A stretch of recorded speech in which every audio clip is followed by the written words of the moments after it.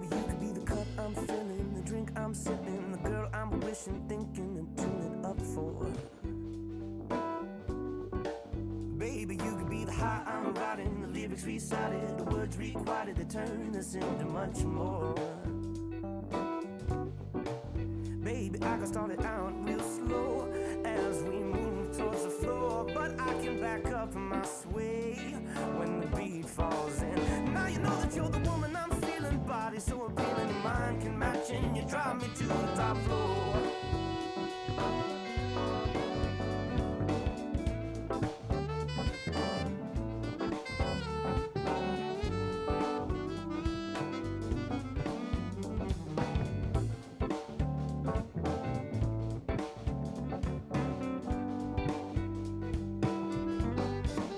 Don't you know your eyes are on me, your glance has got me hooked to the side of your smile as I try to make you see. Babe, you feel so good and it feels so right, oh darling, let me take you home with me. Oh, I can start it out real slow as we move towards the floor, but I can back up my sway when the beat falls in. Now you know that you're the woman I'm feeling, your body so appealing, your mind can match and you drive me to the top floor.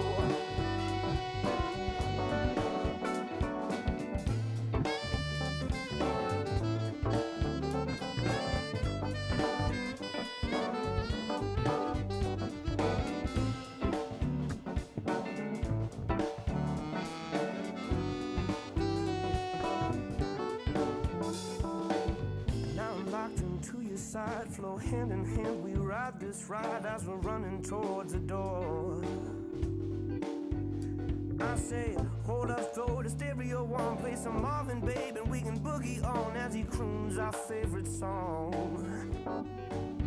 Oh, I can start it out real slow as we move towards the floor, but I can back up my sway when the beat falls in. Now you know that you're the woman I'm feeling, your body's so appealing, your mind can match and you drive me to the top floor.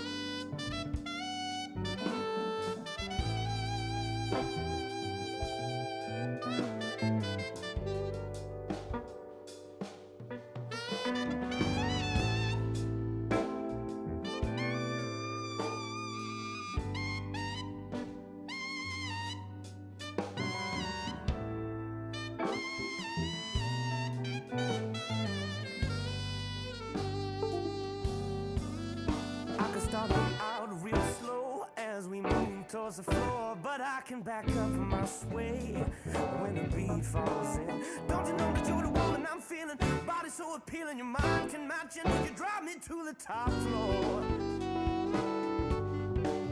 Oh, you're the girl that I'm feeling, the woman I'm feeling, oh baby, you're that girl.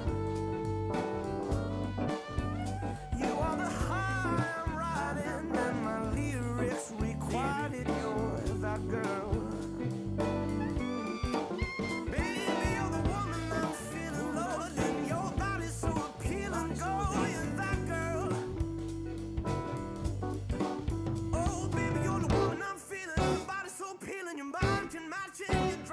To the top floor.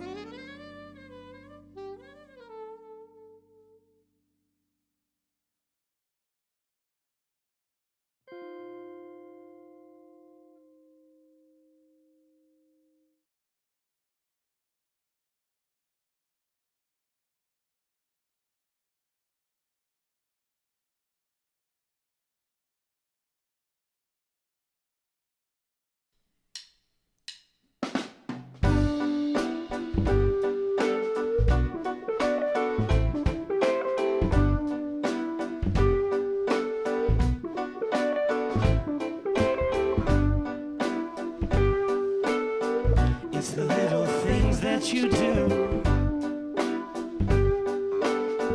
It's the little things.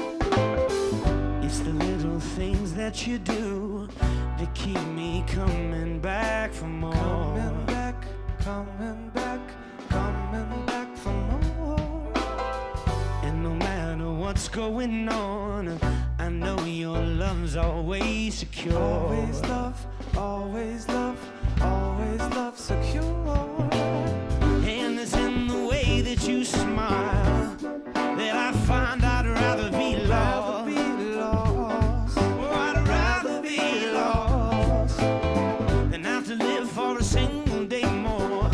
Without your love, my darling, it's much too high a call.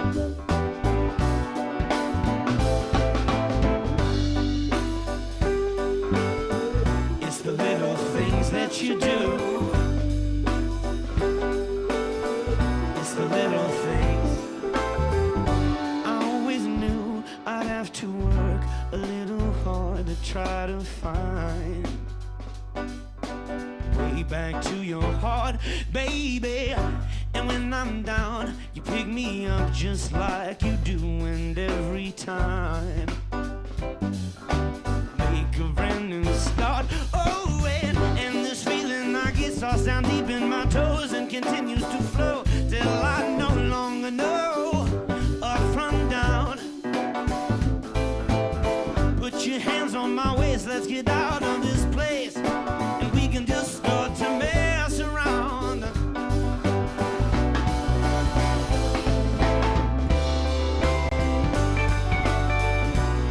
It's the little thing,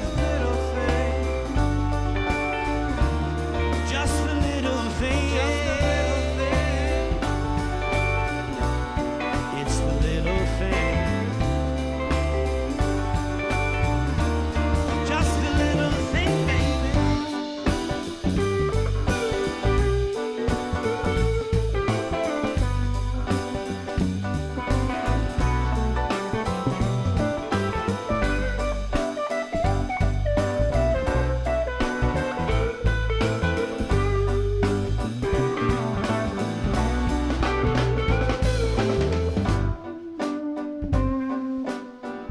It's the little things that you do.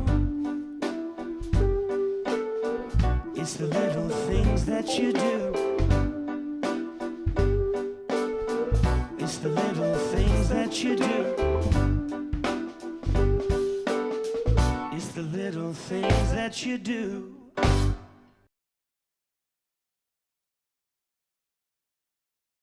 All right. All right, ladies and gentlemen, welcome back to the Rose Review episode 2. I'm so excited for this one. I've been waiting to do this one for such a long time. But first of all, welcome to our first live show. Tuck's like freaking out over here. Welcome to our first live show. Guys, this is going to be very interesting. We may have some technical difficulties, but the really cool thing here is if you have any questions for Tuck, feel free to send them through. We're definitely going to take some time to go through those towards the end of the show. But for right now, it is my pleasure to announce the one, the only, the man, the myth, the legend, Mr. Tuck Ryan. How are you, buddy? I'm good, man. How about yourself? I'm good. Just got off a gig, drove right back to his house to hop on here and chat with me. I'm very thankful. Thanks for coming on, man. Yeah, man. Absolutely. My pleasure. Very happy to be here. Been a fan of the show for a minute, so thankful to be on. Yeah. Thank you. That's awesome.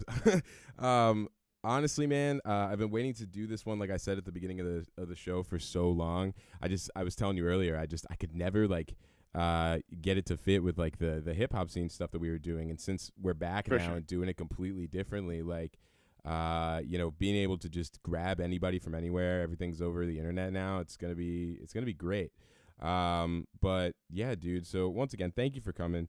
I just for those people that don't really know you, if you want, definitely just give just a brief introduction on yourself. That would be awesome. And then I got questions for you, man. We're gonna talk. Yeah, man, it's gonna be awesome. Yeah, man. I mean, my name's Tuck Ryan. I'm from Lancaster, born and raised, and I spent some time growing up when I was in high school playing in this group Secondhand Suits. That was kind of like gypsy jazz and blues rock and kind of a lot of just different Americana style music and such. And then from there, kind of went out on my own. I did my own record. I've played with a few different bands, Andy Moet's Frequency Movement, as well as an old group Limbo Jimbo and a bunch of other stuff, when I can. So my style, I guess, is kind of rooted in a little bit of the jazz influence, a little bit of kind of Americana blues influence, and definitely like a lot of R&B soul and classic funk stuff. So I've been working on some new material lately, and just yeah, I guess that's kind of me in a nutshell. Yeah, it's like the toughest question. And like when I ask people after the show, they're like, "Oh man, like how do I do this? Like how do I wasn't expecting like a whole thing. Like it's hard to introduce yourself, but I think you did a great job, man. Cheers. Secondhand suits, I completely forgot about that. Oh my Yeah, god, dude. That feels like it was ages ago, man. it was. I mean, it was 10 years ago. I Yeah, was man. maybe even 11 years ago. I think I was 15 when I started with that group. Oh 15 or my 16. gosh. I It's totally pretty. forgot that existed. Yeah, man. That was Dude, that's that's my wow. crash course to learning how to play was with those guys. They were all Jordan Rast and Peter Rice and Dom Billett and Evan Yeah. Graver, all just super super talented cats, really great guys, and they totally just took me under their wing and taught me the ropes of what it means to be in a band, and we had a lot of fun for a while, definitely. Yeah, dude. And like it's been so interesting to just kind of watch your style kind of evolve, right? Where Yeah, obviously there's growth and there's growth with everything, but sure. like you're watching like and it's hard it's really hard to like see it from my lens cuz like I've had the pleasure to know you for as long as I have. And I got to first like see you do anything while we were in high school. And Back when I was a yodeler. yeah, dude. Yeah, Hey, man. hi, love you, brother. Dog, but I do remember, man, like I was just like as a kid, like not really knowing what I was gonna do, like when I was Mm. like in high school, like watching you and being able to see you like in that space, like be able to create and like just be like the head chef, like you no, seriously, man. Like it was so dope to just like see that and like being able to watch like your transition through into this like style that you've kind of like really just put like it's a mixture of a lot of things, which I think is cool because like you Yeah, have so many different like backgrounds of music that is easy for you to just pick up and go with. for sure.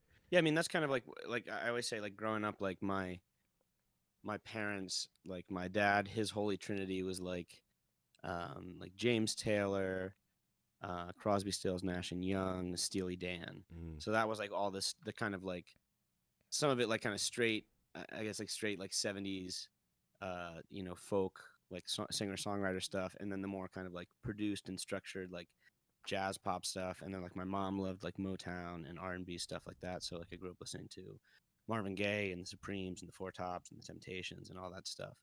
And then like I met Jordan when I was 15, and like he didn't listen to a pop song on the radio, I think, until he was 15. Like he just was raised on like bluegrass.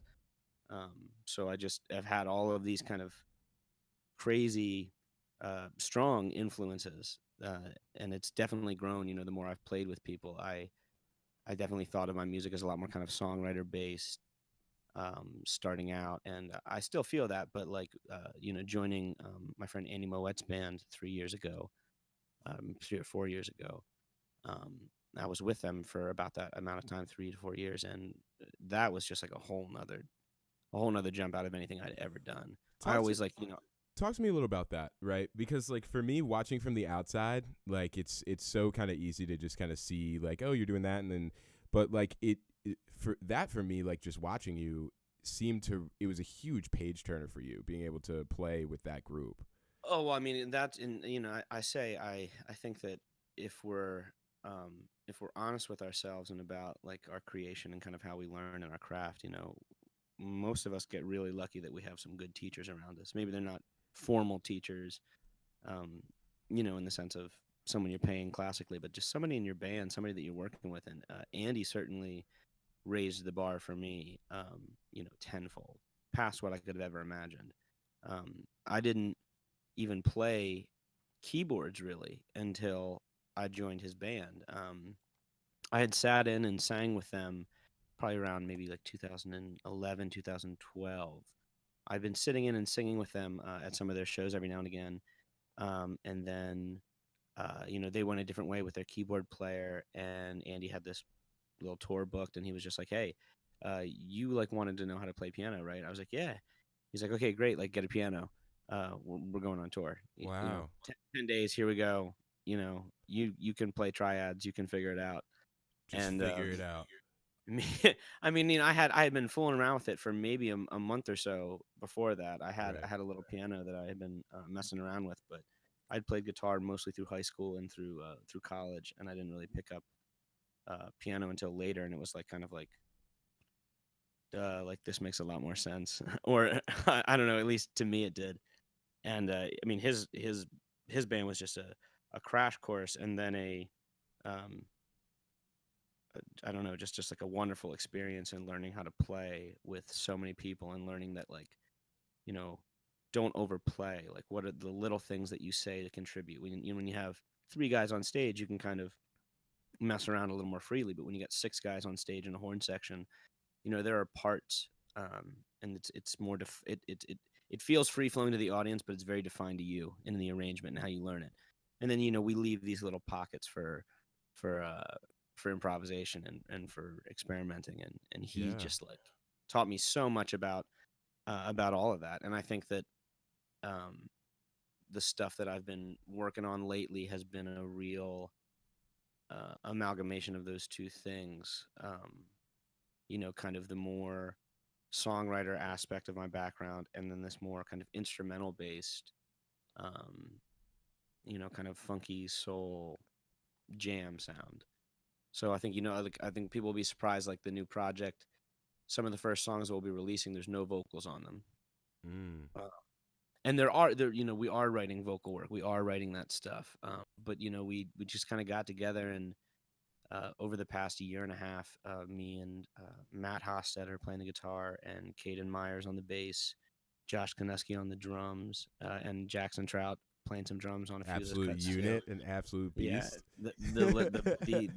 the absolute best. I mean, man, I get so elated anytime I get to play with that guy. His talent is just through the roof, Why? and You surround he's yourself with very talented people. I mean, I get lucky. I mean, but like, Everybody gets lucky, I guess. yeah, but dude, people want to play with you, man. Like, you know what I mean? Like, and I see you see that in those, like, and I've had the, I'm fortunate that I've gotten a chance to see you kind of in that space a lot with a bunch of different like units of people. Yeah. And just being able to see how well you get into a space with a group of people and mesh really well. I mean, dude, that's something that like takes a really long time to be able to like master. And obviously, just with what you were saying about like going on tour, getting thrown into the ringer with everything like that, that's definitely for sure a help for you. And I think that it was really interesting. Like I always wondered where the keyboard thing came from, because like obviously like going through like your your music background, those things they start to come up. Everybody that gets into that space, especially like where you're songwriting, you have some sort of a idea of like what's going on the piano. Absolutely. And like what was really interesting to me is the immediate like drop of the guitar for like a while, of just like everything that you were doing was just like straight off the keys, and like it seemed like you had done it overnight. Like it was crazy. Like yeah, and I think did you like was that like was that a turning page for you for like genre as well? Like did you feel as though like being able to take a different instrument gave you just like a new creative lens on things? Because like you were playing a lot of like folk music and stuff like that like prior to that, and a lot of stuff with your guitar. Yeah. Yeah. I mean, yes. And it really changed. It changed mostly with kind of what I was listening to at that point in my life. I had just been listening to so much, just kind of Americana singer songwriter based stuff. I've been listening to a lot of the band. I was listening to, yeah, like kind of Crosby, Stills, Nash, a lot of classic stuff. Um, and that was so influential for me at that time. And it was just kind of, I'm one of those people that when I get into something, I throw myself into it kind of full force, and I'll just, if I like an artist, I'll find their discography and I'll kind of pick it apart. And once Secondhand Suits had kind of disbanded and settled down, I just kind of I moved into a new living situation. I was living with my the guy that's my guitar player, Matt Hostetter, and he just opened this whole new realm of music for me. And I think he was the first person that showed me D'Angelo, and that was like Mm, that's like what changed like everything for me. Was I'd grown up. My brother's 6 years older than me, so I'd grown up listening to um, a lot of good hip hop, a lot of the Roots in my house growing up. We listened to the Roots a lot, Common, Mos Def, Black Star with him and Talib Kweli and all that stuff. Some of that old gold Kanye. Um, and just hearing D'Angelo was like, oh wow, this is like Stevie Wonder meets, this kind of Kendrick Lamar, like just like meets this like straight hip hop vibe, and yeah. feels timeless and it feels new. And when I started listening to that music and I listened to the pianos and the keyboards in that, I was just like, I've got to learn that. I've got to like that has to be the thing. And I bought myself a piano and I just said I'm going to learn. I bought a piano and said that if I do this, if I just commit, I'll figure it out. And yeah, I mean, just being able to express yourself, like on the guitar, um, you can play an E chord, He's got it on deck, but folks. but just being able to cover, just color everything, Yeah. you just can't. It's a lot harder. I found for me as someone that like doesn't read music, and has have been it's like my ear, and just like playing with people enough, and knowing how songs work, that kind of allows me to get by. So when I found an instrument where I was like, I can make any color I want, I can make Mm, any kind of sound that I want. um that was just like a whole, I mean, just deep dive. I wanted to learn, the Wurlitzer, which I have here, the Hammond organ, clav, all of these. Every keyboard has its own unique sound and its own unique way of being played. The action on any of those keyboards, the resistance that you feel, how fast the pickup like bites the note, everything sounds different. So it's like, you're playing the same instrument, but you're not. There are all of these little nuances to the ways that you deliver that. And I think that just jumped out at me when I listened to these records. And the keyboards aren't even like massively prominent. They're just like beautifully, perfectly placed. And when I heard that, I was like, I have to become a piano. And then from that, my buddy Matt had shown me like Donny Hathaway's stuff, and I started digging back into all the Steely Dan records that my dad had showed me. And I was just like, this is the sound. I just love piano. And really, really, really taking a deep dive into Stevie Wonder. That was when I was like, this yeah. is the best. This is the most beautiful sound. It's the most versatile instrument in the world, in my opinion. I mean, a guitar you can take anywhere with you, but the piano you can make it sound like anything. And that just like, I don't know, that kind of took me over. And then as I did that, I was just listening to stuff that was more piano based, and that kind of evolved my writing and the way that I was approaching things, especially in my last two EPs. I mean, I'm playing the acoustic guitar on most of those tracks too, Hmm. but piano definitely became the main place to write from, and as a result, I was, you know, the Yeah. music obviously became influenced as such. Just out of curiosity, because like I've been, we've both been in very similar like upbringings from a music perspective. So like Mhm. one of the things that I find is that like later on when I was getting like into music, like once I got to college and things like that, and just messing around, I found that not being able to like read music became like a definite like weird Problem. roadblock. Yeah, Yeah, like what absolutely. for like young artists that are out there that are wanting to learn and are trying to find just like their niche almost, like what Mhm. would you say to them about just like learning by ear and like things that you've used to overcome that in whatever situation you may be, whether it be live or if you're doing a Yeah, recording of some kind or just yeah, showing up and playing somewhere. totally. I think the first thing that I would say is that if you're young enough, take lessons. Just do it. Mm. Do it. Learn the theory. No one finds it that invigorating when you're first doing it, but um, I have a lot of regret that I didn't do that when I was younger, and it wasn't for lack of trying on my parents' part. I just at that point when I was younger, I was interested in performing and theater and other things, but I music lessons, I didn't go in for it, and that's a big regret. So if you're young enough that you have the opportunity, and honestly, anyone is young enough. We're all young enough. There are little things that I do now to practice and try to get better. But I guess the biggest thing is just if you don't know what to play, don't play anything. Mm. That's like the biggest thing that I learned sitting in with lots of different groups and like no like if you're sitting, especially if you're sitting in with a band, like no one's gonna like know immediately if you're not playing, but they're gonna know if you come in and you're playing the wrong thing. So Mm. just be so aware. Listening is the first thing that you should be doing when you're playing music. Listening to yourself, but mostly listening to the people around you. Be confident in what you're playing so that when you're playing music, you don't have to focus on what you do. Just listen to the people around you. You should never play anything that doesn't complement the song. Um, it's just, I think that that's the biggest thing I learned playing with other people and just learning to play by ear. You know, just if you like songs, if there's a song that you love and you're like, I want to write songs like this or I want to whatever, there's a million tutorials everywhere. Sometimes it's hard for certain songs, but just look up a tutorial. It doesn't matter how long it takes you. If it takes you 5 hours to learn it, 5 minutes, just put the time in and just learn it. And when you learn, I remember liking Joey Dosick a lot. He was very influential for me, I think, recently. Or when I was starting to learn piano.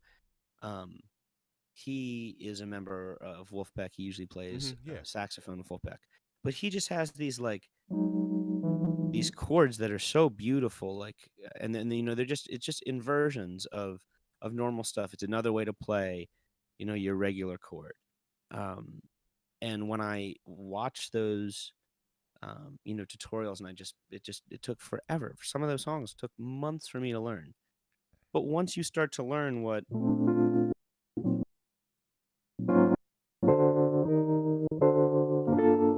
once you learn that song, you're like, "Oh, that chord, that's how that works together." Right. And you start And then you picking the just pieces together. yeah.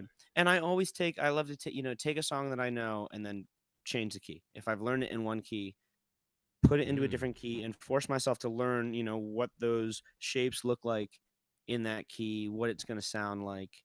Um, because I guess what I would say to anyone is just preparedness. And this is something that I struggle with and I try to work on all the time because I'm never as prepared, I feel like, as I should be. Um, just the more you practice the mundane, the easier it is to just have that stuff at the tip of your fingers in the moment when you need it. And that's certainly something that I have not I've not mastered that. I don't hold the keys to the city on that one. Yeah. But that's been like that's especially for people that you know feel like they don't have that sense of music or sense of music theory. I guess the other thing I'd say too is that like most of the best music is just really really fucking simple. Yeah. Like For sure. there's a reason why like "Use Me Up" by Bill Withers like hits, and Yeah.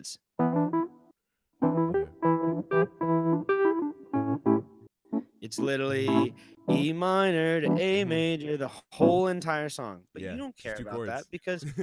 because his words are beautiful, and it's like I guess that's what I would tell anybody that's like trying to learn how to play music. Like I don't think that I have any monopoly on being a good keyboard player at all. In fact, I'd say I'm the weakest keyboard player that I know. And I try to just surround myself as much as I can with better players and keep learning and taking lessons, doing whatever I have to do to just keep getting to that next level because there's always someone that's better than you. And I just think it's important to not get cocky. Don't get down on yourself too much, Mm. but don't get cocky. Just like always remember that you can learn something new. You can always become better than you are. And I think that when you approach it from that perspective, especially someone that doesn't read music, and it is frustrating. There are Yeah. times where I'm like, that person that person can just look at that sheet of paper and everything makes sense to them right away, and they can never have heard that song before and they can play it perfectly. Um, and that's a talent. That is a skill, um, in something that they've worked hard for. Most people, and there's nothing wrong with that. But Yeah. there's also nothing wrong with not doing that. Music is not. It's it's not about dotted quarter notes and uh, you know perfect key changes. It's about, sharing your feelings. Like if somebody doesn't vibe with what you're saying, like it doesn't really matter how beautiful your chords are or how progressive or advanced such and such a thing is. It's like I think Jacob Collier gets like a hard rap sometimes, but sometimes I look at his music and I say like you're a genius. You can do all of these things and Mhm. maybe it's in your nature that you just have to push the boundary. You can't be satisfied with the ordinary. But I think that a lot more people find beauty and purpose in the ordinary than they do in the extravagant situations. Most people feel a lot more connection with a song about having your heart broken than a song about doing shots on the beach until 3 in the morning in Ibiza. It Right, that, right. that's not really realistic for most. Right. I'm just No, I as hear you. I hear you like for or, sure. you can play the most wicked solo, but if your song doesn't speak to people, it doesn't speak to people. So I guess that's what I think it's easy for people that learn by ear to put themselves in a box and say, well, I can't do it, I can't achieve because I don't. I would just say just keep trying. Yeah. That's literally it's just I think I always tell myself like I'll be the keyboard player I want to be when I'm 35. And when I'm Mm. 35, I'll probably say that, later. I think that by the time I'm 65, I'm gonna have the best fucking jazz trio. Oh my god, it's gonna be great. It's gonna be me and a bunch of old guys. We're gonna have gray hair and we're gonna play our asses off. It's gonna be wonderful. But I'm not gonna be that good for another 30 years. There's just like that's part of the game. Like and the game isn't always fun, I guess, Right. is what I would say. Just if you're really meant to do it, you'll know that it's what you're meant to do and just keep plugging away. You Yeah, know? I think what you said there about like the like simplicity of it all is so important for people to understand. I think that Yeah. it's so easy to just get caught up in trying to push it to be something that is like super extravagant and like super like well written, like a million different chords in there. Like, how can we push this all over the place? And there are people that do that, obviously, like you were saying. I think it's Mhm. just super interesting that like, you know, well, not interesting, but I think it's I always like to ask that question, especially for people that like learn a lot by ear. Yeah. And because like you said, you do definitely feel like boxed out where it's like, okay, like this isn't, Absolutely. but it takes training and it takes time. And I think that you sealed that perfectly. I definitely, am super interested in a lot of just like your songwriting, right? But I could listen to you talk for hours, like just on and And on and on, and I don't even I care. could do it. I know. I'm a I big old know. windbag. And man, but like, see, the thing is like every conversation that I've had with you over the last couple of years is always outside of just like a high and by. It's always been just like something that I walk away with like a piece of like knowledge of some sort or like just insight. And dude, like that's why I love talking to you. And I think like that's why a lot of people like to surround themselves, with you. And I think, when you hear people around Lancaster talk about you, it that's what they're looking for, like No, they say those things, man. They're like, yo, like Tuck's such a great guy, super insightful, dude. Like there's so many people that have like gotten a chance to collaborate with you that I've had just one-on-one conversations with, and it's just nothing but like, and I'm not like, I'm not trying to sit here and be like, oh, you know what I mean, but like seriously, like I think it's super interesting that like you've been able to develop such, and I don't want to take it like and say it's fully localized or anything like that, but it's been really interesting to see the how easy it is to name drop you now, and people be like, oh yeah, like bro, like why is my mom calling me and being like, yo, do you know this guy? You know what I mean? Yeah. Like Shout out to my dudes. yeah, facts, bro. But like it's been so interesting. I want to take a second here just to kind of talk a bit about your discography, Mhm. and just some of the things that you've had a chance to create. For sure. I remember when Warmest Blue came out, and I remember exactly where I was. I was at a campground working as a camp counselor, and at that point there was, I think, I don't know if this, I can't remember if this was you or not. Did you have an issue with getting it onto like Spotify or Apple Music for a little bit there? Didn't one of Yeah, them just yeah. like, An issue with the official like barcode for oh, my okay. music, my legal barcode, and so I had some CDs that were printed, um, but I did not have it did not physically release online for about another week. Did it go to both platforms? Because I remember I downloaded Apple Music just to grab it, like for And you like. couldn't? No, I did, but Oh, I couldn't get it on okay, yeah. Spotify. No, I I feel definitely did. At that point, like it wasn't on Spotify yet, and I don't know if it was just yeah, because I yeah. was in the boonies. Spotify was delayed with. It was delayed with Okay, Spotify. okay, word, yeah, no, but dude, I'm really interested, like your mindset of that album, bro. Like, I guess seeing like when you put both of your like the EPs that you have and then the Warmest Blue, when you put those back to back, it's so interesting because it's just Yeah, yeah, there's yeah, portions of that you just wouldn't like looking at it. I mean, like starting just with Warmest Blue, yeah, like, and then you have those first three all the way even down to like Sticks and Stones. It gets super like, and then you just yeah. flip, It's you know? a, it's a, it's a. You know, this is interesting. No one ever.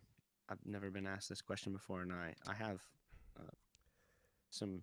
I have some insight, having had a Tuck, little I'm a bit to do with huge the fan. process. Like outside of knowing you, bro, like um, I've been waiting to ask these questions for years, bro. So I take your appreciate. time. Well, it's that record is autobiographical, and Mm, it is something that um, I had been in a relationship at the time. You're 18, the end of high school, and you think it's everything, and it's super super serious, and I decided not to go to school right away. I was staying home. I was working. I was trying to make this band thing work. The person I was seeing was not.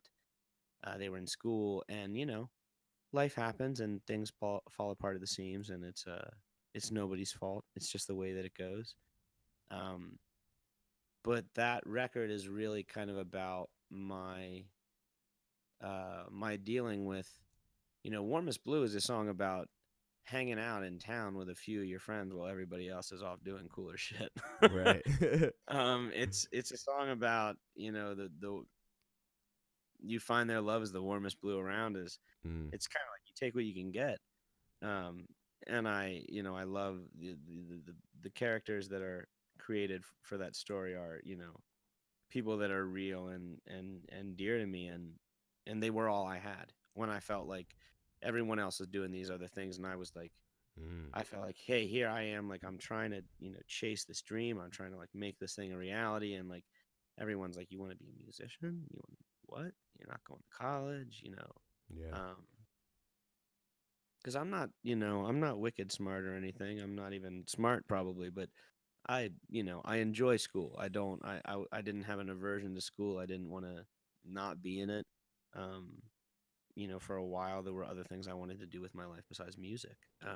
But then it just kind of became abundantly clear to me in that year when I was home and I was working, um, that that's what I wanted. And so a lot of those songs come about from the, you know, just kind of sitting around and realizing you're not really where you thought you'd be, and trying to find some amount of comfort in that, but trying to not get too comfortable that you Yeah. don't move on from that.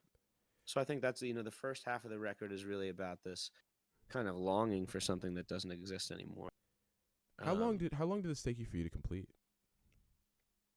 um, I think Sticks and Stones was actually the first song that I recorded for that record, and I think I recorded that in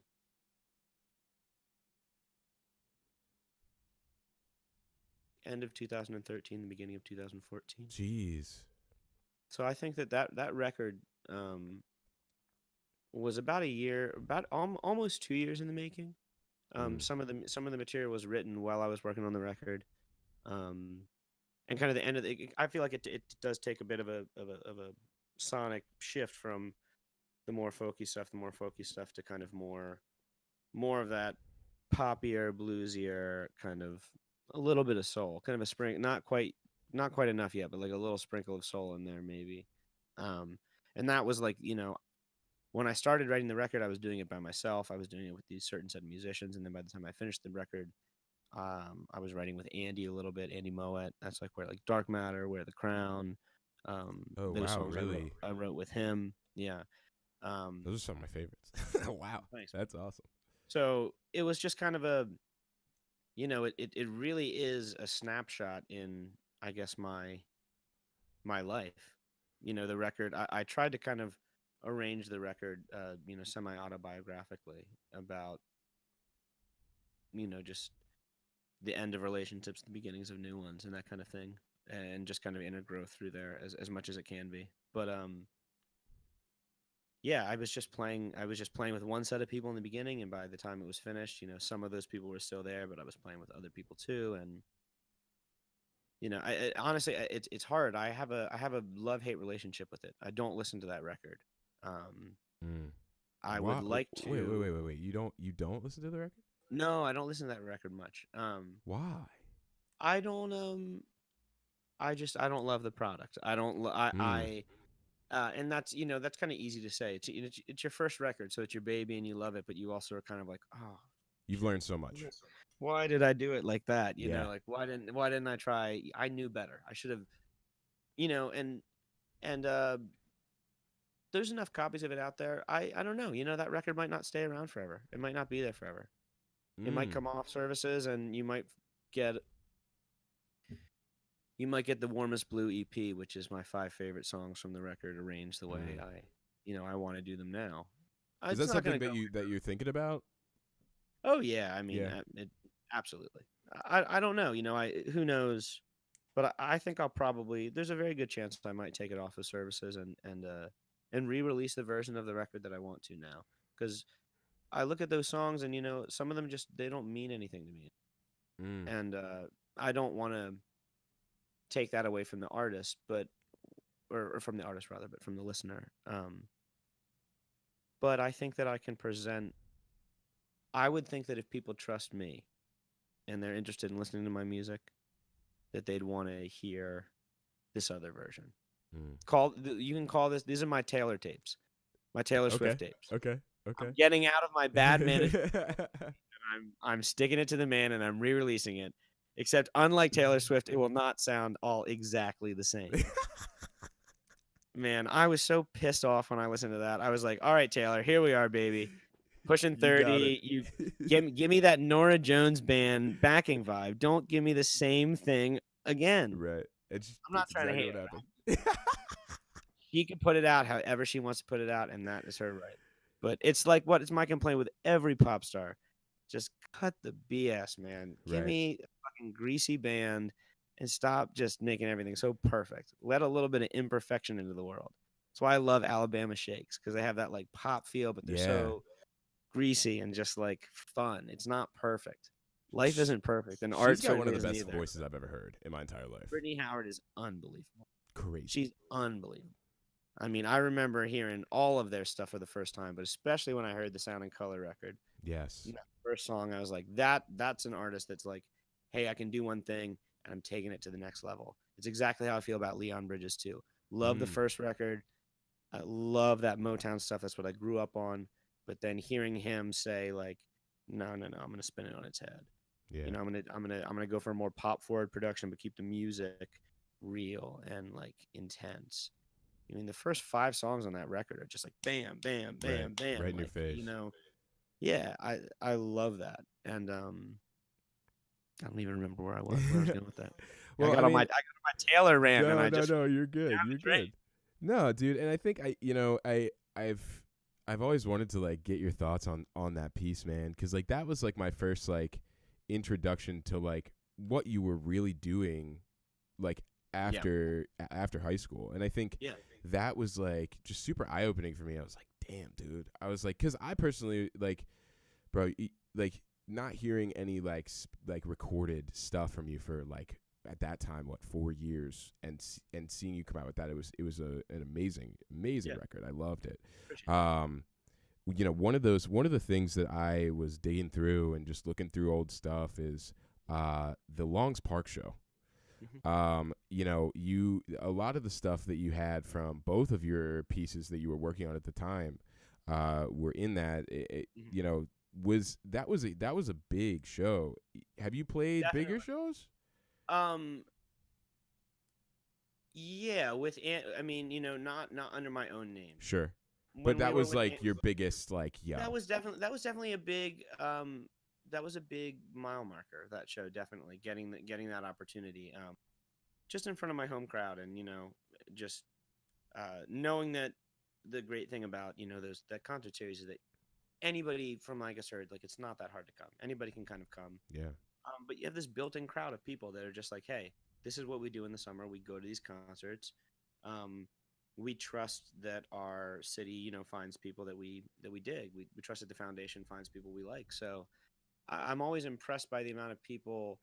There were definitely a number of fans that I gained from that show that had never heard my music before, um, and that was like a really nice feeling. Definitely to have it be, feel big, but it's really small town, and everybody can come around and talk to you afterwards, and you just get to meet all these people, new fans. I mean, that's the best thing in the world, man. If your Mm, music touches something that makes a difference for anybody, that's kind of why we're doing this. I mean, that's at least why I'm doing it. yeah. Certainly, I have my own opinions about the music and how I want it presented, and the interpretations I hope people draw from them, but we're not really in control of that.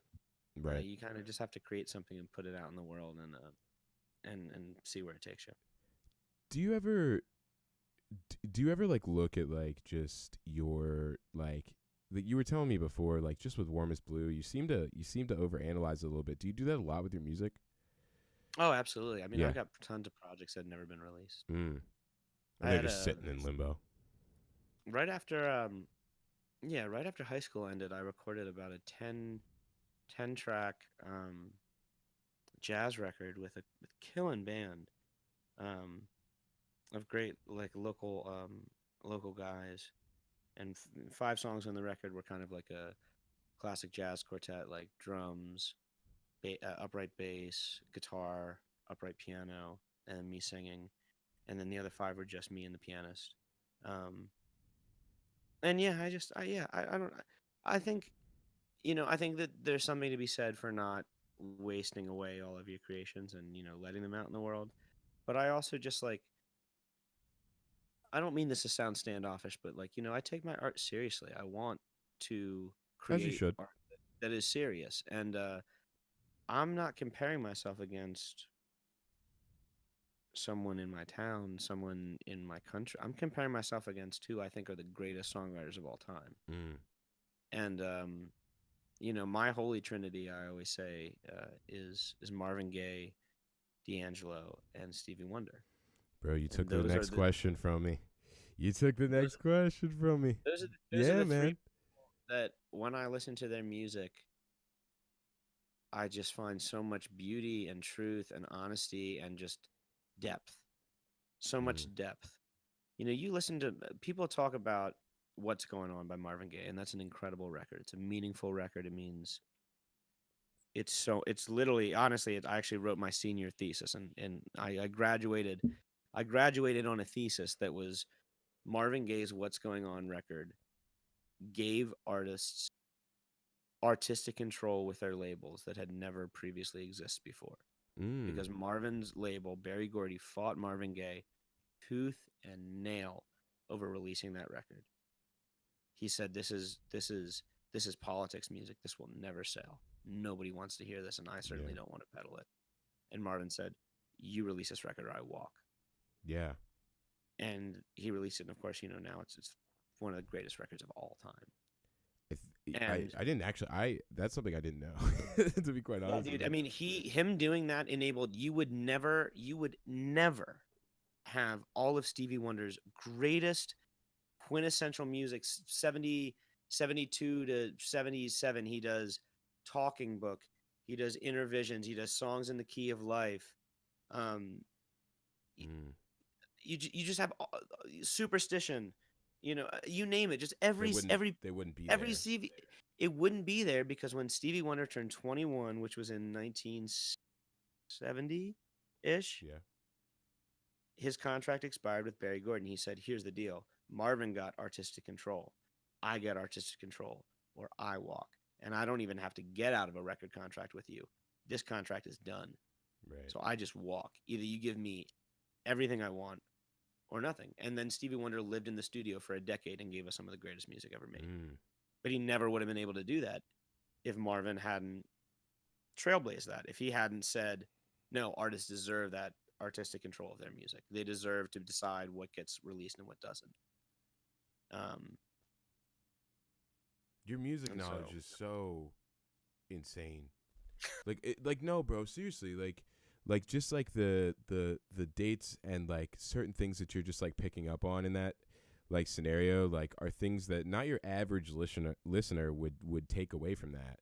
And it's so interesting because you can tell that you immerse yourself in that and that you put your head down and just like anything that of the people that you listen to on a regular basis, like it's clear that you're trying to figure out like where's the I have seed where it all grew. I have to know. I can't. Mm. I have to know. If something interests me like that, I'll go as far as I can to find the information that I'm seeking. I mean, I just, especially with D'Angelo, just learning more about his sessions, the musicians, like people don't like. There are so many musicians that could watch this podcast and hear me saying this stuff and be like, "Okay, we know, everybody knows Right. that. Why are you saying that?" But like, people don't realize that in a 5-year span, Questlove and Jay Dilla and D'Angelo and Erica Badu and Mos Def and Common and Belial and the whole Roots crew all made 5 records in Electric Lady Studios in New York City.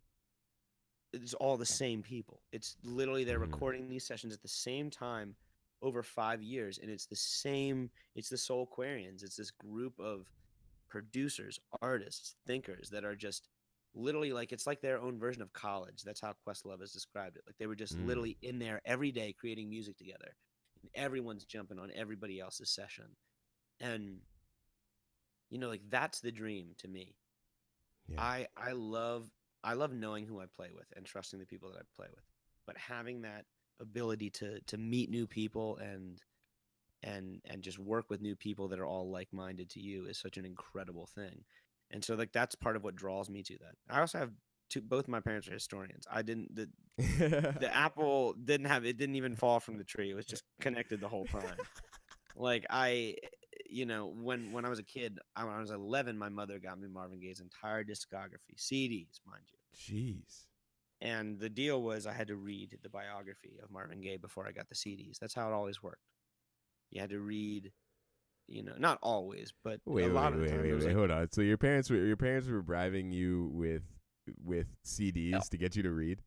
no, I like to read. It was just like Oh. it was just their own like if you want this, you need to learn why it existed. They're both teachers. It's a teachable moment. Everything can be a teachable moment. Sometimes to my chagrin, but most of the time, it worked out okay. Everything was a teachable moment. If I liked an artist, I read the book and then I could get the music. Mm. And I think that my parents, I really appreciate their lack of filter. Mm. With me in the sense that certainly there were certain things that maybe they didn't want me to listen to when I was younger, but like for the most part, like not really. Like I'm 11 years old getting Marvin Gaye's "Let's Get It On." There's no you can't paint that another way. Right. You can't. Right, right, There's no right. way to explain that song as just about friendly feelings. Like it's but they were like, hey, this is real art, and people created this, and if you're gonna listen to it, you're gonna understand where it comes Mm. from as best you can.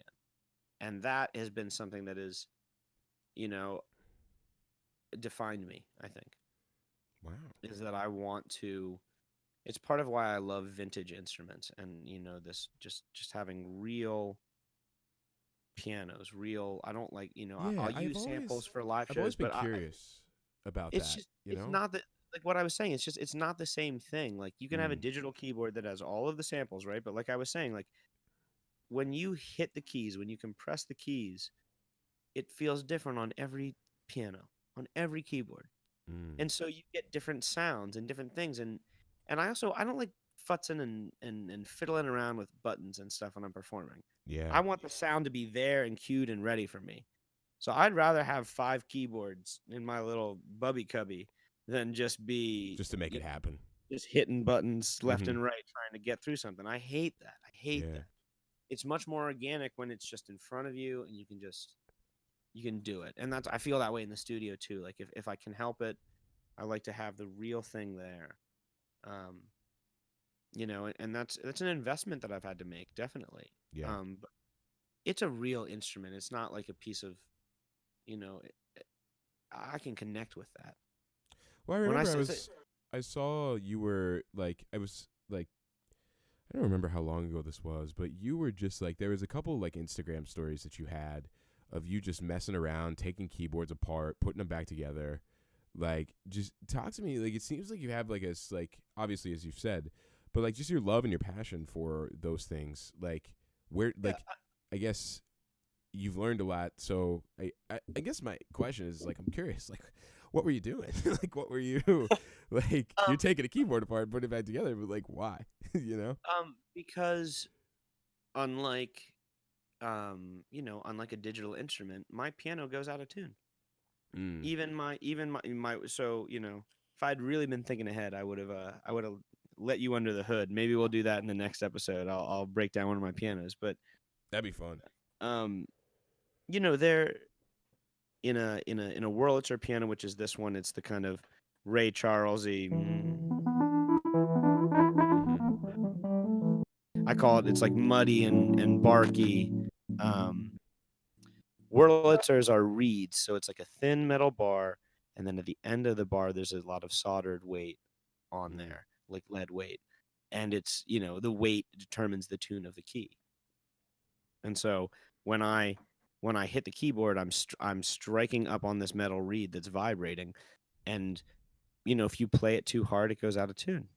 So Wurlitzers are like really temperamental. Like they can easily go out of tune, and it takes a lot of work to really get in there and tune them. A Rhodes piano, which it has that much more, uh, like there's a million examples. I guess I don't know why this is the first one that comes to mind, but like what's the use by Mac Miller? Yeah. Like that, not the synth, but the piano that's in there. That's a Rhodes, and Rhodes have like a bell like tone, like very warm, very lush.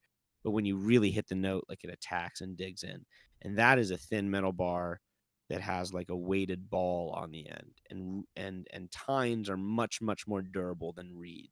Mm. A reed is a Wurlitzer, a tine is a Rhodes, and so like when I was on the road, I have a 1978 Rhodes piano, and that's the Jeez. thing that it's about 110 pounds, and that lived in the trailer, and we hauled that in and out for every single show, because when you have the real thing in front of you, there's just nothing like it. There's Nothing beats nothing it. like the real thing. Nothing beats it. Jeez. But you know that there's a lot more hassle. But at the same time, like if my Right. digital keyboard breaks, I have no idea how to fix that. I've got nothing. But if something goes wrong with my Rhodes, I got a pretty good checklist of the things that I can go over. And I have by no means as experienced as most people, to be Sure. frank. But I can fix most of my little little things that go wrong with it. I don't have to take it in somewhere. I know I've worked on it and I've learned it, and that's kind of a relationship. It's kind of a bond. I mean, I really believe that with your instruments. This guitar Dude, that I bought. I've seen you play that guitar so many times. Yeah, I bought this guitar in high school. It's a 1933 Gibson LOO that I bought on consignment in Guitar Center. Jeez. I went in the day that it was listed, and some guy said, "Yeah, you put down $100 right now. It's yours. We'll put it on layaway." They don't do consignment anymore. Right. The guitar was valued up to $4,000, and some guy was selling on consignment because he said, "I don't want it to just live on some rich person's wall. I want somebody that wants to play and is going to take it out Mm. and gig with it and write with it." And I swear, Warmest Blue, that just came out of that guitar. I didn't have anything to do Wow. with that.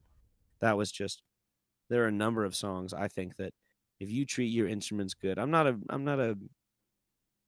hoodoo grizz kind of person, but like if if you treat your instruments well, they treat you well. That's Yeah. definitely my mentality as a musician. I think you should respect the thing that is helping you create music. If you throw it around and you abuse it and you don't treat it with love, you don't take care of it, and you don't have to. Right. I think that's why I don't like the digital thing. This all Yeah. this new music we've been working on, we tracked everything to 2-inch tape on a tape machine. We could do an overdub afterwards, but there's no splicing this section and taking that. It's Wow. all live takes.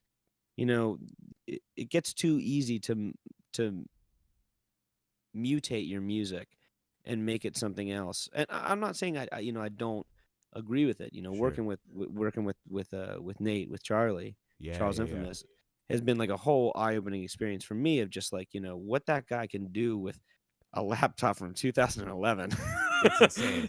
Is literally mind It's blowing. just a brick. Like the This first guy- time we got together, we wrote like 3 songs. Like we've got like another 4 in the can, and a number of beats we've written together that we're not even sure we want to do anything with.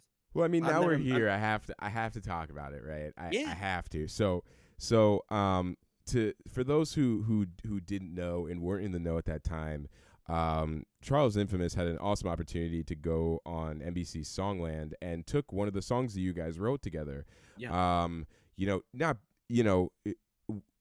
What was that like? Like seeing what you guys have written on national television in the middle of a pandemic when people are like freaking out about like was that COVID? That was It was when crazy, man. I mean, it was was that pre-COVID or like during COVID when that went out? no, when that came was out? that was I think it was during COVID, but maybe not. I have to I have just to remember look being that up. cooped up, ready to watch that thing as soon as it Yeah. dropped. I was watching every week to see if it would come on, and like I was texting Charlie. I was like, I had no idea, like when it was. He had no idea. I had no idea. It was just a toss. No, man. I mean, when he texted me and was like, "Yo, don't tell anybody." But I think I've got this like crazy opportunity, and they might want. I've got a few of our songs that we've written that I'm thinking about submitting. I was just like, I mean, yeah, man. First of all, like, I could talk about Charlie for another whole episode. I You mean, and the me guy's both, got brother. he's just oozing talent. I mean, I've literally never worked with someone that is so humble and efficient and dedicated. Mm. I mean, he makes my work ethic look terrible. Nah. I'm just like, who's released more music than him? Not that that's what it's all about, but it's just like right. every single week, every 2 weeks, you're like, oh, great, Charlie's doing another one. And it's Charlie got literally another Charlie got another one. It's exactly It's what just- it is, bro. And that's like that has been such an inspiring thing for me through this pandemic. It's like honestly, we did most of the work that we did together before the pandemic hit. Right. We recorded most of those things beforehand, but just seeing what he does and his dedication to it. I mean, I was honored that he wanted to include something that we created together, and with him it's just always a breeze. We just roll in and we shoot the shit for a few minutes, and then he says like, what are you feeling? And I'm like, oh, I'm feeling kind of like this, and then he just starts making a beat, and then we just start laying chords and just building from there, and it's wild. It's such a I've never had a relationship like that musically with someone that I respect so much, that's just so easy. Like, Mm. it's a certain type of music and a certain sound. But it's just like every time we go in, we write something together. Maybe we don't love it, maybe we don't release it, but that's not Mhm. really the point. Like, that's what I don't think people get. Like, songwriting is it's an art, but it's a craft. Well, You don't like you I think you there's don't a write lot good songs right. without writing lots of songs to then get the good song. to just get, and it could take 15, 20 of them, and then you're gonna get that one where it's just like, let's go. Absolutely. Yeah. That's my point. It's like we had at least 7 like pretty fully realized ideas, and said, these are the best of what we have to offer for now, in Mhm. our opinion. This is what feels the best. This is what we're the most excited about. And that's what I think Charlie really helped me. I also didn't know that his name was not actually Charles. Like, first 6 times I met him, we've hung out, we've done all this stuff. I keep calling him Charlie. does and then, that, like, bro. We do it. We were doing a session at his crib, and like I Yep. saw like someone in the room that was like Nathan. I was like, who the hell is Nathan? And he's like, that's my name. And I was like, what? I Yeah, was like, so yeah. I can't help it. I'm gonna always call him Charlie No, I'm right there because with you, bro. I that's how told him that. that's how I always knew him. But Well, he really inspired me to just say, hey, if it's good, put it out. yeah.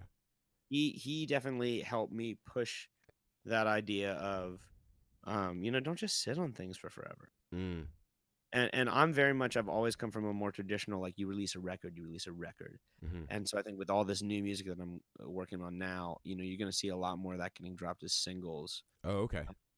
hopefully with some kind of, some music video album artwork stuff that's going with that too, that I've really wanted to kind of Oh, wow. some visions I've been thinking about for some of these songs for a while now. So that's something I'm really hoping to, we have me and the band, which that's a whole nother thing. Like we're probably gonna be dropping this project as a new band, as a new project. It's not just gonna be Oh, Tuck Ryan Band.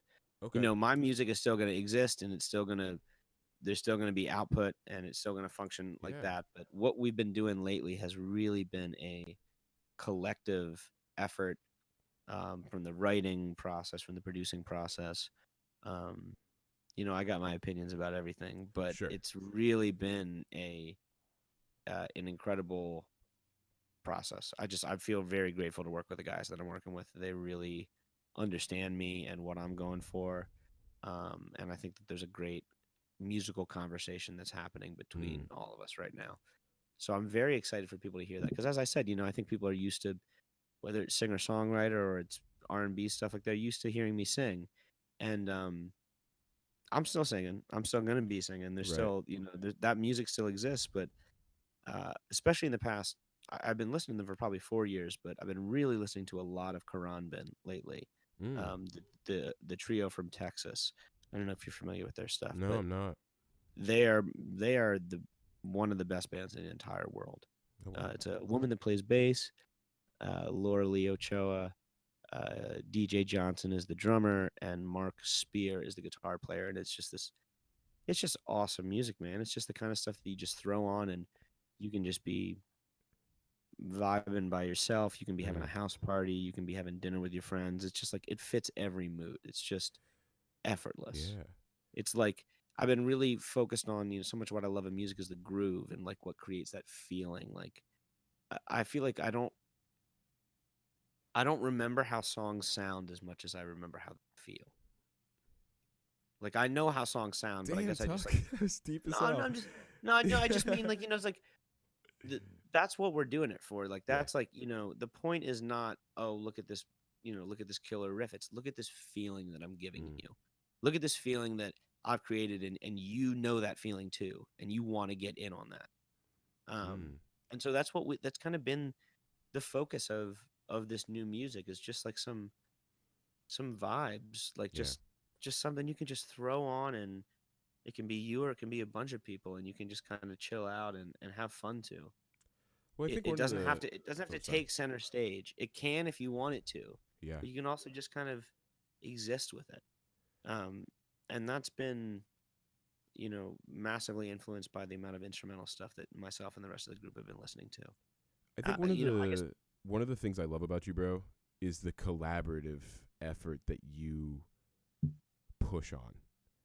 Mhm. And there's so many artists that would look at your situation with like you and Charlie with NBC and all of that and like get a chip on their shoulder about the fact that like they weren't in that room. And I think it's that's one of the reasons why I respect you so much is because I think that you've developed this idea of, hey, like even though that even though this isn't like I've collaborated with somebody, this isn't just me. And a lot of the times, and I see this with a lot of the people that are working around here in certain aspects sometimes where you get so caught up in the fact that like everybody wants to take a piece for themselves, and that's a Sure. natural feeling. Yeah. But like being able to recognize that feeling and put that off to the side for just a moment is like super like important in the industry that you're in. And Absolutely. I think that not a lot of people take the time to sit back and really just like recognize that, you know? Totally. I mean, I just it can't be overstated how important it is to just get to know people, just like play with Mm. people. I'm trying to think of exactly how I want to say this, but just I'm sorry, I just lost my train completely. You're good. Refresh me just real quick. Yeah, You were yeah, saying yeah. Just like the collaborative effort of everything, the and like collab. how Sorry, much. thank Yeah, you. yeah, of The course. collaborative. Um, it's just there are some people that create everything on their own. They Mm. have the vision from front to bottom. Um, Andy Moet is someone that comes to mind. He loves the collaborative process, I feel, and Oh, you can tell. he would never you know take away from that, but he also would not be the guy to tell you that like that bass line that you're hearing, he wrote it. That horn line you're hearing, he wrote it. Like he's a genius. Mm. I mean, truly, like Yeah. he has a symphony playing in his head, and he can just write it down on paper. And I think that people don't appreciate that enough about his music. There's a reason his name is in front of that band. Mm. He And that's it. That really, he's just yeah, he always diving deep. really just, but he respects and understands collaboration so well. And that was like such a useful lesson. I think that Andy is the least egotistical musician I've ever met in my life. Wow. He can literally, I, I don't know, dog. I like to see some people like he could literally out shred almost anybody that I know on guitar. I'll never forget the first time that I saw him play live. Yeah, That was like he's literally crazy. lightning in a bottle. He can play any feel, anything, just so not effortlessly. I mean, he worked for it, but he makes it sound effortless. Yeah. Yeah, everyone always says, "Oh God, I hope he doesn't see this. He's gonna give me so much shit." Uh, no, I mean everyone. There's the expression "fake it till you make it," and Andy always says, "I hate that expression." He goes, Mm. "Learn it until you earn it." That is Mm. his. That's I his like that a lot. motto. And I'm not the best at following his motto as much as I'd like to be, but that definitely that set the tone in that band and made the difference. Yeah. Andy has that idea that if you learn something, I don't think people if you're of a like mind and you're working with a group of musicians and you all say we are going to commit to this level, we are going to give this much. The sum of your parts is just it's more than just what it equals on its own. It's just Wow. everyone like what can be achieved when everyone is actually working together Yeah. musically is crazy. You can create sounds you could never even dream of when everyone is just working at that level. And I think that that's like the biggest thing I find with collaboration is like, Charlie just I love hip hop. Like I love hip hop. I Right. love R&B. I love, I need a one dance kind of Yeah. Hennessy in my, what I mean? Yeah, I love those hooks. And like Charlie's like, yo, dog, like write a hook, like just write a hook, like Just do it. Yeah. come up with anything. And you're like, And I sure. don't have to, I don't have to sit there and say, I have to write an entire song and I have to have all Mm. of these things. I can be like, I can write a hook. But the beautiful thing is that like it ends up being so. I think people under like for like jukebox for example like I wrote a lot of like the foundation of the music Mm. like the key the changes the bass line you know parts of the melody but Charlie is just so much more musical than anybody I feel like understands like he can literally like he's listening to everything he appreciates everything and so like when I get to work with him it's like it's not just like someone's making drums for you and then sending you off they're like no and I got this vocal hook and I got this idea and I got this too and he just communicates it so effortlessly and just makes it he's like the easiest person in the world to write with it's just like so much fun like you don't feel like Yeah. you don't feel like it's work you're just like you're just doing something and it's because he respects every part of the process Yeah. every part of it. Um, And it's it's from it's cool to see that. Like, it's cool. It's that was one of the coolest like moments of my life. Honestly, it was like seeing you two like collaborate together. And I remember like we were talking on the phone, and I don't know if you had met Charlie yet. This was prior to. probably not.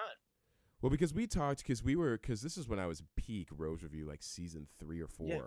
And like we had a conversation about how to like figure it out and like fit it in. And then you were talking about how you wanted to break into that scene. And it was really awesome to see just like you guys get a chance to like collaborate. And I'm so interested to see like what else is in the vault. Yeah. And like one of the cool things is like like I like seeing the background of it all, because like I hear about the background of it all. I see it not just from Charlie's perspective, but from everything that you guys have created. Like there's pieces that I've heard before. There's pieces that I just wait and I'm like, holy shit, this is amazing. Yeah. And it was like it was so dope, man, because like, you know, I think you guys are two of the most like talented musicians that I personally know. On top of that, like just like locally, like I think there's a level that I think when you peak above it, where it's like, you know, you're asking the question, and I guess this is my next question, is like, Lancaster is amazing, and I think Lancaster's been great to you. Lancaster has been like somebody that Lancaster's been incredible. Lancaster has helped me become who I am, but you know, I personally, for what I want to do, I have no misconception that Lancaster's going to give me everything that I need. Especially for just like the soul sound, like Philly. Yeah. Philly's a tough music scene, but you know, I got some great friends and some collaborators that I've been blessed to work with, who have really held it down for me, and I think that there's some doors that, you know, hopefully will will open with more work and effort on my part there, and that's kind of, you know, where I begin to set my sights on about, you know, just thinking about those things. Yeah. Of course, and I think it's something that every musician like has to like think about at some point, right? Especially when you feel. No, I mean, so I guess not like outgrown it, but I feel like you've. No, I mean, but if we can get down to brass tacks, I mean, you want to look at Charlie's stream count and you want to look at my stream count, it's pathetic. I mean, see, but I think the difference. I think the main. I'll tell you, just from as somebody from the outside looking in, the main difference there though is that you, I think, have more of a like word of mouth type of energy around here, where people go, oh dude, like if I were to, even like just random people, like I'll just be like, yeah, like I'm going to like see like Tuck Ryan play here, like, and you know, Mass and I are gonna go get something to eat or something like that, and like people will know exactly what I'm talking about. But then I like with Charlie, and this is no like discount to him at all, there's moments where like because of the type of music that he's made, and because of the amount, and we could talk for hours about how the way that the scene around here perceives a lot of the things that like hip hop and other things like that. Yeah, we all. We've been down that. We'd be preaching to the choir. Exactly. And so I think like when digitally he's done an outstanding job, but I think like when I look at your stuff, there's an authenticity factor that comes with like what you bring to the table, and every single time that I've seen you step on stage, where it's like there's definitely a root in there where it's like, okay, like every time that you step on, I've never seen you perform the same song the same time.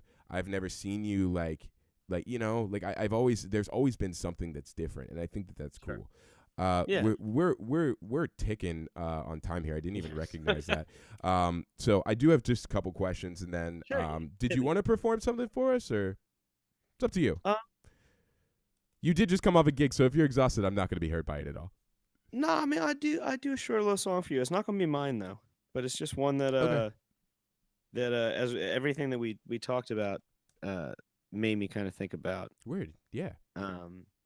It's one of my all-time favorite Stevie Wonder songs, and I feel like it's probably one of the least played and least appreciated. Word.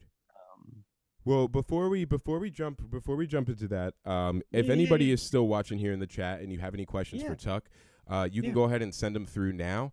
We're gonna run through those. I've got I definitely want to talk just really quickly about like your COVID experience.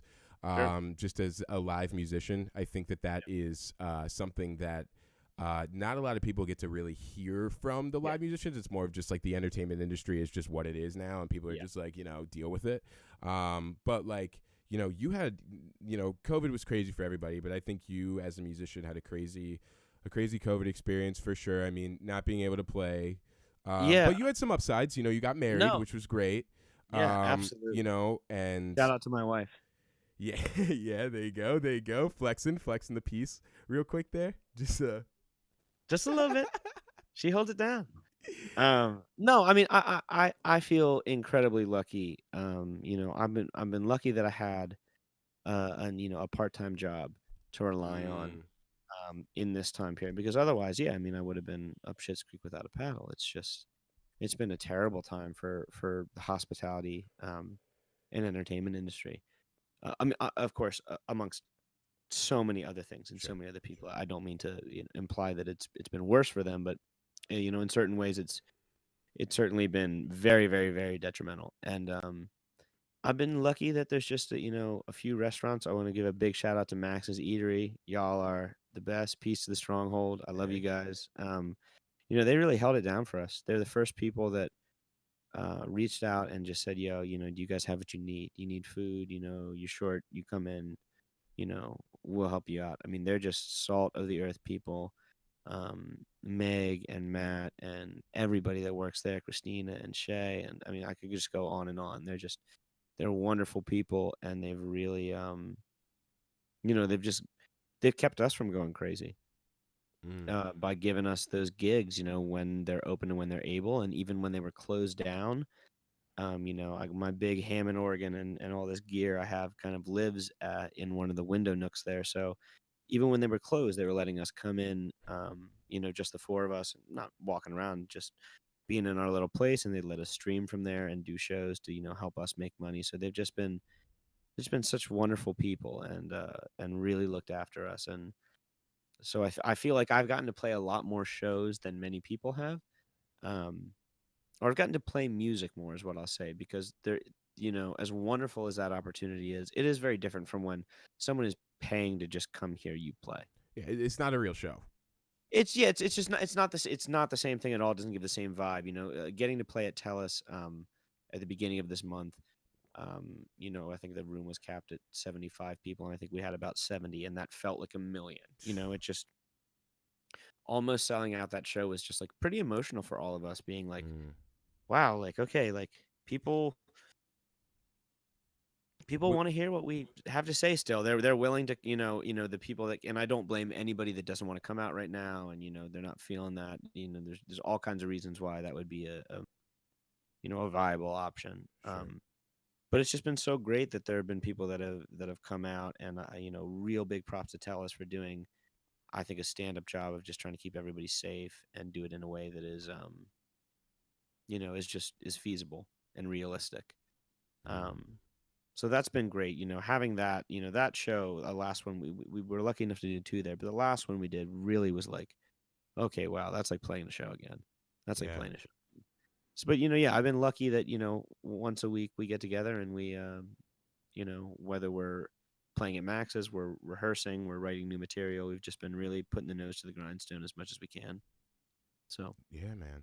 I think it's so like obviously like I tried to do my part as much as possible with that, and we're still looking for ways to do that for sure. yeah, I think it definitely it gives you a little bit of hope, right, that once this is all over, like people are going to be yeah. like, I think you're going to see twice as many people at your spots and things like that wherever you're playing at, because I it's like, certainly, yo, I I'd hope love so. to be there, you know. I just know that I'm gonna love to do it. I mean, I can't express that enough. Like, Sure. it's I want to make money as much as anybody, but I do this because I can't imagine doing anything else. So just that feeling to be able to perform for people again when Sure. they're in a place where they're not coming from a place of fear or uncertainty, and they're just able to just let loose on the floor and have a bit of fun. We're all looking forward to that. Everybody's looking forward to that, I think. Dude, I can't wait to get a chance to see you play live again, man. It's gonna be amazing. Cheers. First opportunity, I can get out there and we can grab something to eat and grab a beer. Like Yeah, I'm man. super hyped For for real. that for For sure. real. It will be really great to do that. Yeah. Well, listen, man. I'm honestly I've got my list has been checked entirely. Dude, you're an amazing guest, because like I just Thank get you. to sit back here and you really just you took the reins and you just I can't wait to look at this later and just pull it down and like make it, you know. There's gonna be a So lot of me blabbering, that's for sure. no, but like no, see, but like it's not like it's so like interesting, and I feel like I have a lot of friends that are in the music industry right now and really trying to just get it going, Yeah. and they like I know a lot of them are gonna look back at this if they aren't here now, the on demand and things like that, are gonna look back at that and be like, oh wow, this is a really nice piece, and I Sure. thank you for taking the time right off a Oh, gig, man. man, to be Thank you. here. I texted this guy on like what was that, Tuesday, and he was like, yeah, sure, let's go. So that was just awesome, and with all the technology we have, it's great that we can just do it quickly, Yeah. and safely, and but yeah, honestly, man, play us out. I Yeah, word. guess, Word. I guess play us out. Do you have any last words for anybody that's watching or listening at home? Yeah, just say, if you're digging what we're talking about and you want to check out that music, my music more, you can find me at Tuck Tuck Ryan Ryan on Spotify, on Apple Music, on Instagram under Tuck Ryan Music, all that stuff. Just give me a follow, say what's up. I appreciate it.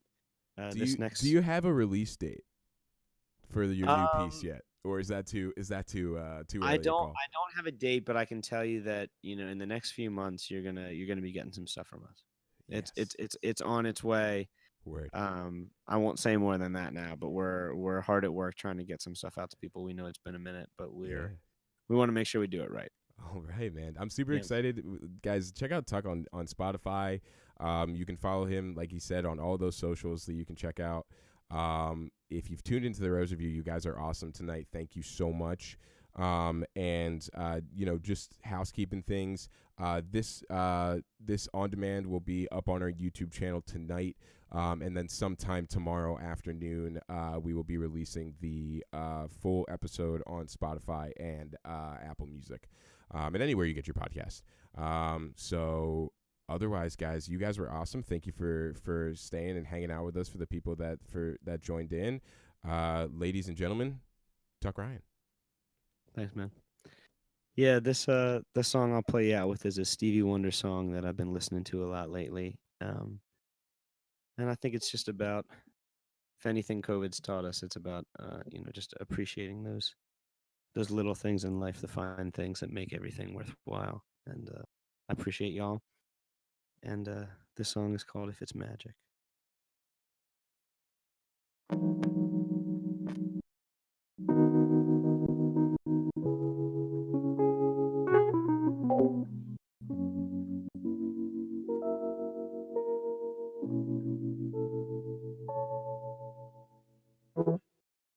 If it's magic,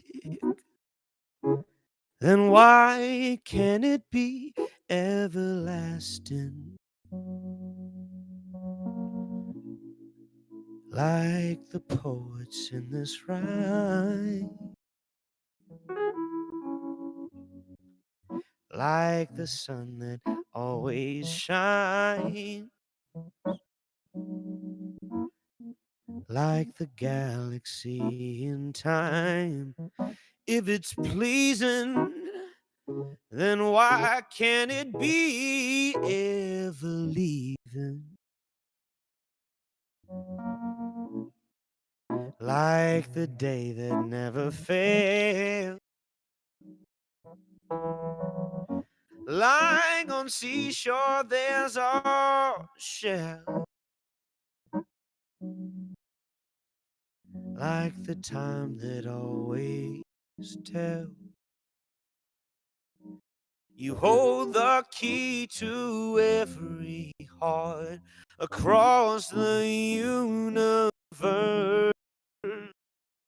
It fills you up without a bite and quenches every thirst.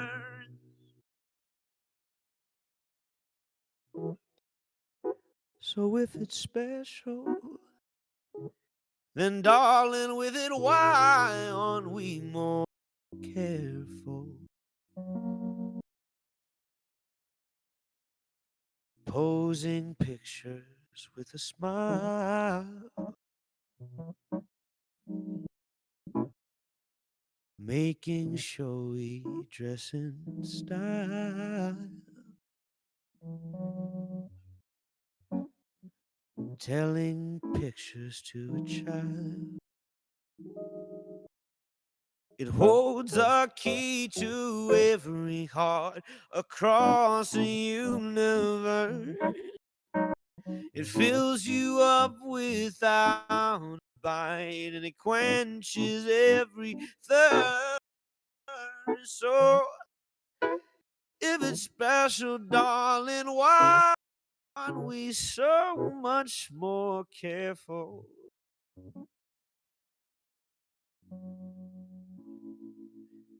Posing pictures with a smile,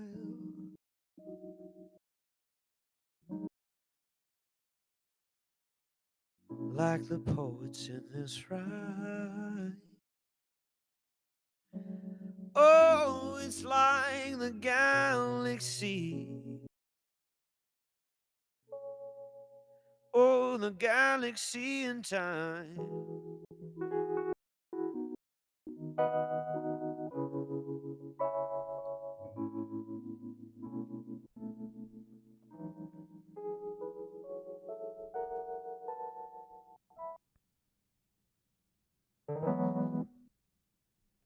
Ladies and Thanks so much, gentlemen, y'all. that was awesome. Tuck Ryan, the guys. Thank you for tuning into the Rose Review. Can't hear you, dog. Sorry. Oh yeah. No, I muted in the Discord. But guys, you guys are awesome. Thank you for hanging out Still with can't us. hear you on my end, And, but that might just be me. Hold on, I'll tell them. Oh I my muted God. myself on Discord by accident. But yeah, hey guys, you guys are awesome. Thank you for tuning in with us, Tuck. I appreciate it. Thank you for having me, man. My pleasure. And you guys, Tuck, stick around. But you guys have a wonderful rest of your night. All right, see ya. Peace, everyone. Thank you.